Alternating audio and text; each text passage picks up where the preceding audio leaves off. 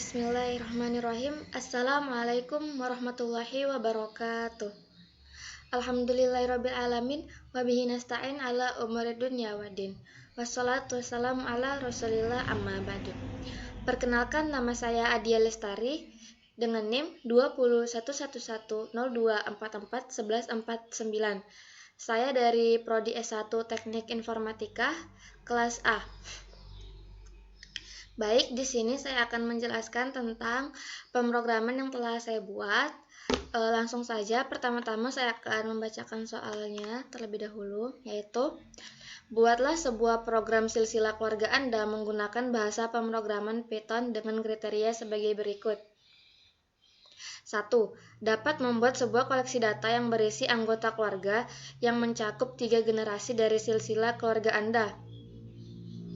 Generasi ketiga adalah Anda dan saudara-saudari Anda jika ada. Generasi kedua adalah ayah atau ibu Anda, bisa pilih salah satu atau keduanya, dan saudara-saudarinya jika ada. Generasi ketiga adalah kakek atau nenek Anda, bisa pilih salah satu atau keduanya dari pilihan generasi kedua. Data hanya berisi inisial nama dan tahun kelahiran. Minimal data adalah 7 anggota keluarga. Baik, di sini pada baris ke-1 hingga baris ke-12 ini termasuk kelompok input data, dan data silsilah yang saya pakai adalah, bisa dilihat di sini. Nah, di sini ada kakek dengan inisial B tahun lahir 1930, nenek inisial S tahun lahir 1935. Kakek dan nenek melahirkan ayah inisial MT tahun lahir 1967 dan juga tante inisial H tahun lahir 1976. Dan juga di sini ada ibu inisial J tahun lahir 1975. Kemudian ayah ibu memiliki keturunan yaitu kakak inisial MH tahun lahir 1995 dan saya sendiri inisial AL tahun lahir 2002. Data silsilah keluarga saya terdiri dari 7 orang. Saya menggunakan silsilah dari kakek, lalu ayah, kemudian anak-anaknya. Dari semua dataset yang tadi itu akan diinput oleh input data yang terdapat dari variabel Deckel hingga variabel Deckel append element. Selanjutnya saya akan menjalankan programnya.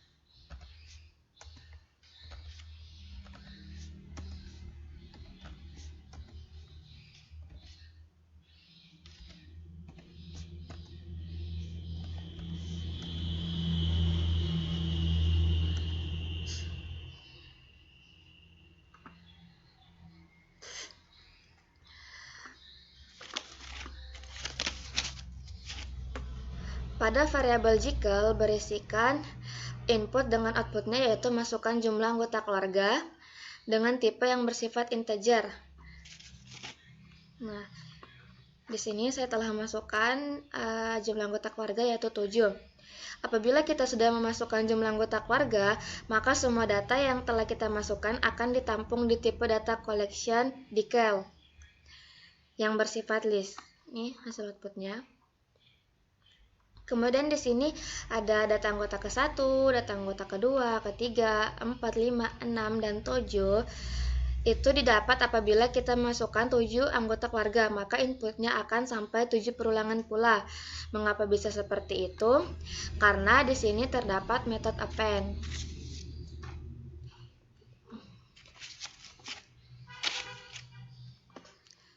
Kemudian pada baris ke-10 hingga baris ke-12, apabila kita telah selesai memasukkan seluruh anggota keluarga, maka akan keluar hasil output list anggota keluarga. Ini hasil output list anggota keluarga. Selanjutnya, dapat mengacak koleksi data tersebut menggunakan modul random. Modul random ini mulai dari baris ke-14 hingga baris ke-19. Fungsi dari modul random ini adalah mengacak hasil output yang sudah kita masukkan sebelumnya dengan metode shuffle. Bisa dilihat di sini hasil outputnya, yaitu hasil list acak sudah teracak dari sini, anggota keluarga. Kemudian ini hasil list acaknya. Selanjutnya, dapat melakukan sorting koleksi acak tersebut berdasarkan tahun kelahiran menggunakan dua algoritma dengan pilihan sebagai berikut, dan dapat mencatat waktu ketika melakukan sorting untuk masing-masing kedua algoritma terpilih menggunakan modul time-it. Sorting data terdapat dari baris ke-21 hingga baris ke-64. Pada sorting data, kita menggunakan import time-it yang akan menghitung waktu yang akan keluar di output, manakah yang lebih cepat atau justru sebaliknya lebih lambat. Namun cara kerja kedua sorting ini, bubble sort dan selection sort, berbeda. Pertama, bisa kita lihat pada bubble sort. Bubble sort akan membaca panjang parameter item, yaitu item-item yang sebelumnya telah kita input, kemudian akan dibaca lagi dengan perulangan J. Perulangan J yang akan dikurang dengan perulangan I, lalu dikurang 1. Sehingga bubble sort pada intinya yaitu merupakan metode sorting yang paling sering digunakan dan sederhana. Proses pengurutannya yang dilakukan dengan membandingkan masing-masing nilai dalam suatu list secara berpasangan, kemudian menukar nilai jika diperlukan, dan mengulanginya sampai akhir list secara berurutan sehingga tidak ada lagi nilai yang dapat ditukar. Bisa dilihat ini hasil output list bubble sort sudah berurut. Dari sini kan teracak, dan di sini sudah berurut. Selanjutnya yaitu selection sort. Selection sort merupakan sebuah pengurutan dengan cara mencari data yang terendah hingga yang tertinggi di dalam index array, kemudian menempatkan nilai tersebut di tempat yang semestinya. Bisa dilihat hasil outputnya. Ini merupakan urutan dari yang terendah hingga yang tertinggi.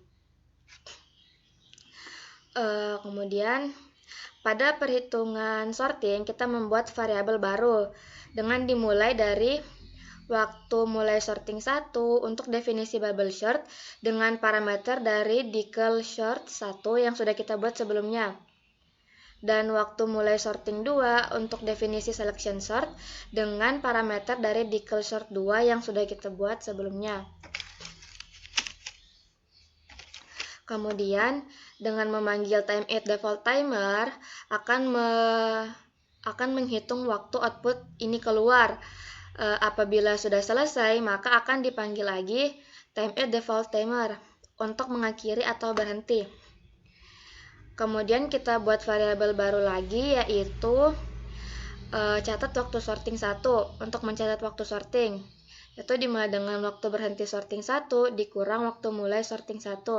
Kemudian di sini catat waktu sorting 2 sama dengan waktu berhenti sorting 2 dikurang waktu mulai sorting 2.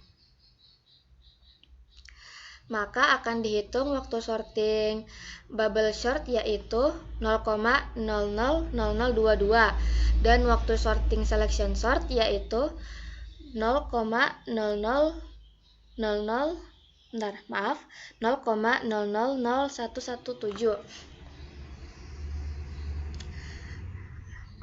Selanjutnya dari analisa yang saya dapatkan dari kedua sorting ini yaitu waktu sorting bubble sort lebih cepat dibanding waktu sorting selection sort. Karena bisa dilihat di sini waktu sorting bubble sort adalah 0,00002 sedangkan waktu sorting selection sort adalah 0,000117. Artinya selection sort lebih lambat dibanding bubble sort. Soal selanjutnya yaitu dapat membuat tampilan pohon atau alur silsilah keluarga yang terdapat dari koleksi data yang Anda buat. Gunakan modul AnyTree. pada baris ke-67 hingga baris ke-76 ini merupakan tampilan data. Cara membuat tampilan data yaitu dengan menggunakan modularisasi AnyTree dengan mengimport node dan render tree. Kemudian di sini pada variabel A hingga variabel E yang sudah saya buat itu memanggil indeks 0, 2, 4, 5, dan 6. Kemudian ini merupakan tampilan datanya. Di sini, apabila saya memanggil 0, maka akan keluar kakek. Apabila saya memanggil 2, yang akan keluar adalah ayah. Apabila saya memanggil 4, yang akan keluar adalah tante. Apabila saya memanggil 5, yang akan keluar adalah kakak. Apabila saya memanggil 6, yang akan keluar adalah saya sendiri. Lalu, pada baris ke-75 dan 76 ini, pada perulangan ini memanggil semua data yang ada di variabel A hingga variabel E karena ada parameter pre, fill, node, in, render tree dan akan disimpulkan dengan node, yaitu bisa dilihat di sini terdapat kakek saya yang memiliki keturunan yaitu ayah dan tante.